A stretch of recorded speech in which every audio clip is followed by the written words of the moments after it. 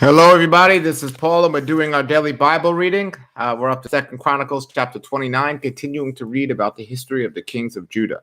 And we're going to open up in prayer here, doing the Shema found in Deuteronomy 6, 4-9. Shema Yisrael, Yahweh Eloheinu, Yahweh Echad. Baruch Shem Kivo Mahuto Leolam Vaed. Hear, O Israel, Yahweh is our Elohim, Yahweh is one. And you shall love Yahweh with all your heart, with all your soul, and with all your might. And have these words which I command you this day be upon your heart. And you shall teach them diligently to your children, and speak of them when you sit in your house, when you walk by the way, when you retire, and when you rise. And you shall bind them for a sign upon your hand, and let them be frontlets between your eyes. And you shall write them on the doorposts of your house and upon your gates. Hallelujah. All right. So we are up to chapter 29 of 2 Chronicles. We're going to see about Hezekiah ruling in Judah, because we saw last King Ahaz, and now we're up to King Hezekiah. Hezekiah was 25 years old when he became the king of Judah, and he reigned in Jerusalem 29 years. His mother was Abijah, the daughter of Zechariah. And it says here in the note, well, let's read first. It says in verse 2, he did what was pleasing to Yahweh's sight, just as his ancestor David did. First, remember his father closed the temple here for the services pretty much, and Hezekiah reopened them. In chapter 3 it says, in the first month of the first year of his reign, Hezekiah reopened the doors of the temple of Yahweh and repaired them. In the first month, right away, this was like one of the first things he wanted to do. He summoned the priests and Levites to meet him at the courtyard east of the temple. He said to them, listen to me, you Levites. Purify yourselves and purify the temple of Yahweh, the Elohim of your ancestors. Remove all the defiled things from the sanctuary. Our ancestors were unfaithful and did what was evil in the sight of Yahweh, our Elohim. They abandoned Yahweh in his dwelling place. They turned their backs on him. They also shut the doors to the temple's entry room, and they snuffed out the lamps. They stopped burning incense and presenting burnt offerings at the sanctuary of Yahweh, the Elohim of Israel. So Hezekiah read the scriptures, and he knew what should have been done and was once done. He was very well understood of this. It says, that is why Yahweh's anger has fallen upon Judah and Jerusalem. And it's another thing, Judah and Jerusalem. He included them both. He has made them an object of dread, horror, and ridicule, as you can see with your own eyes.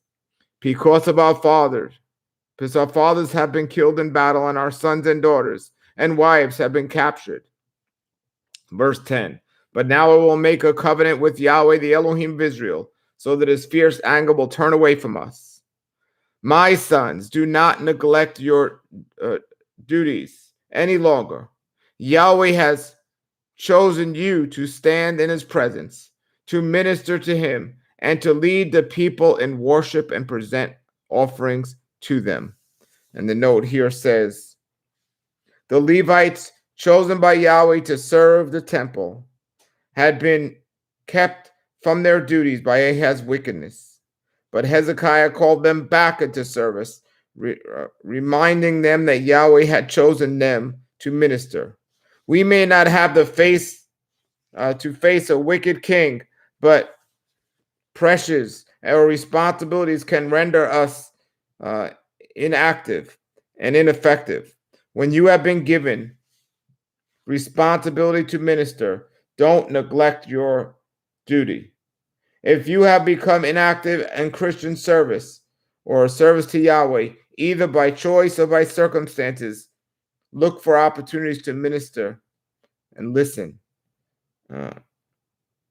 Yahweh will send your way. Then, like the Levites, be ready for action.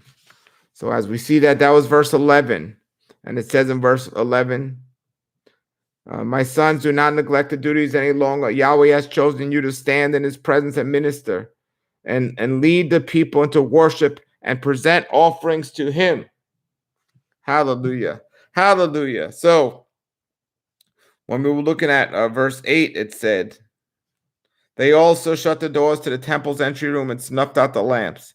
They stopped burning the incense, presenting burnt offerings in the sanctuary of Yahweh. And in verse 8, in the One New Bible, it says, these are references to what they went through with the conquest of Ahaz. So now we're catching up to things and where we're at. So how did the Levites respond to this message? I mean, they were there during Ahaz's time. They know what happened, and they know where they're at, how they respond, how we should respond. Verse 12 says, then the Levites got right to work. So Hezekiah came in, and within the first month, he made all these cleansing commands and got the Levites together. And how the Levites respond? Then the Levites got right to work. From the clan of Kohath, Merath, son of Amasai, and Joel, son of Azariah. From the clan of Merari, Cush, son of Abdi, and Azariah, son of Jadalel. From the clan of Goshan, Josh, son of Zimith, and Eden, son of Joab. From the family of Espan, Shemarai and Jedi. From the family of Aspoth, Zechariah and Marathath. Verse 14, from the family of Heman, Jeiel and Shimi. And from the family of Jedidun, Shimei and Uziel. Remember, we were reading all those names previously, and now you're seeing the regathering of those names and those people coming back together. So now it says here in verse 15, these men called together their fellow Levites, and they all purified themselves. Then they began to cleanse the temple of Yahweh, just as the king had commanded. They were careful to follow Yahweh's instructions in their work. The priest went to the sanctuary of the temple of Yahweh to cleanse it, and they took out the temple courtyard. They took out to the temple courtyard all the defiled things they found from their work, from the Levites, carted it all to the Kishon Valley. Then they began to work in early spring on the first day of the new year, and on the 8th day they had reached the entry room to Yahweh's temple. Then they purified the temple of Yahweh itself, which took another 8 days. So the entire task was completed in 16 days. Wow. In just 16 days, they got this done. Then the Levites went to King Hezekiah and gave him this report. We have cleansed the entire temple of Yahweh, the altar burnt offering with all its utensils, and all the table and bread in the presence with all its utensils.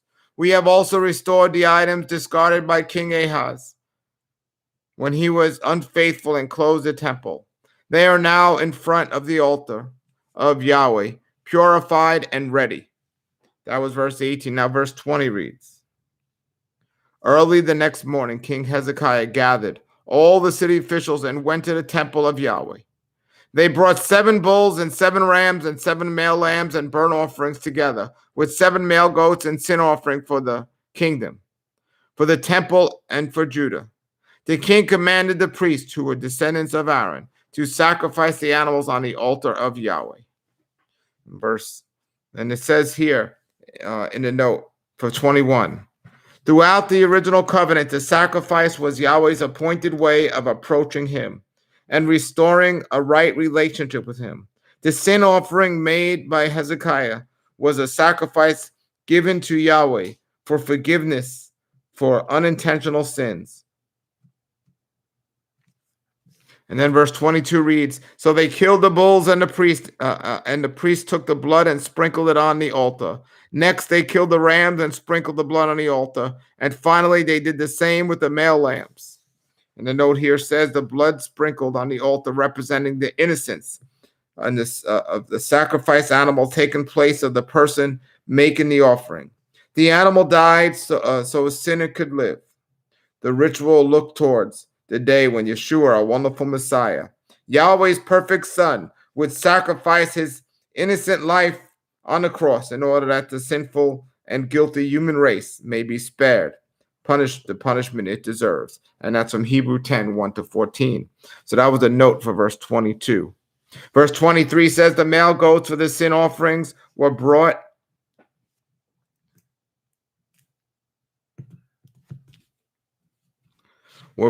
before the king and the assembly of the people, who laid their hands on them. The priest then killed the goats in the sin offering and sprinkled their blood on the altar to make atonement for the sins of all Israel. The king had specifically commanded that this burnt offering and sin offering should be made for all Israel.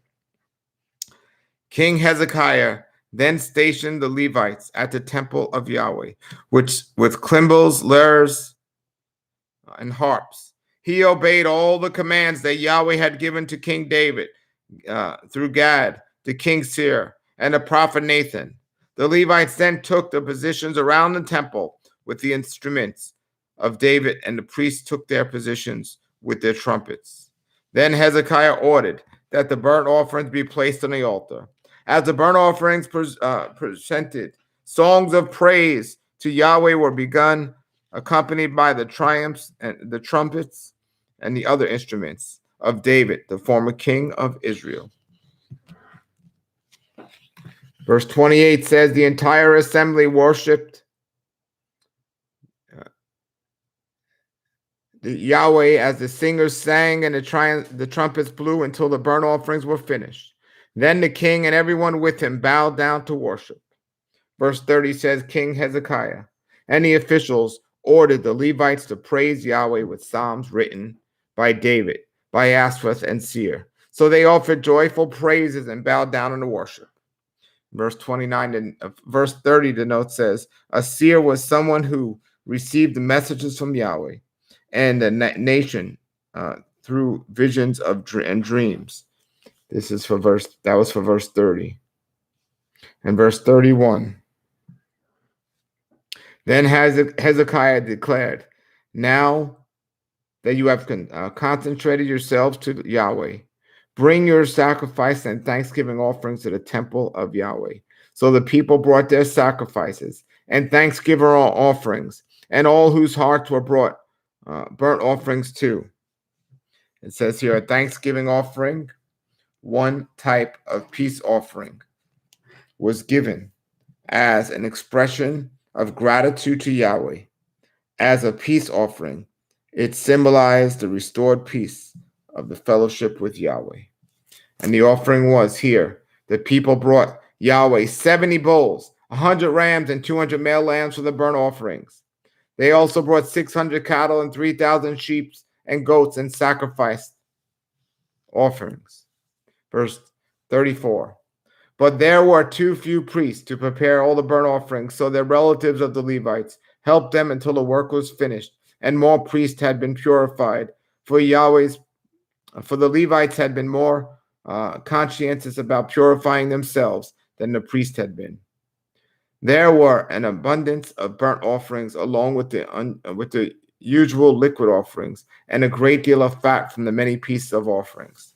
So the temple of Yahweh was restored to service. Hallelujah.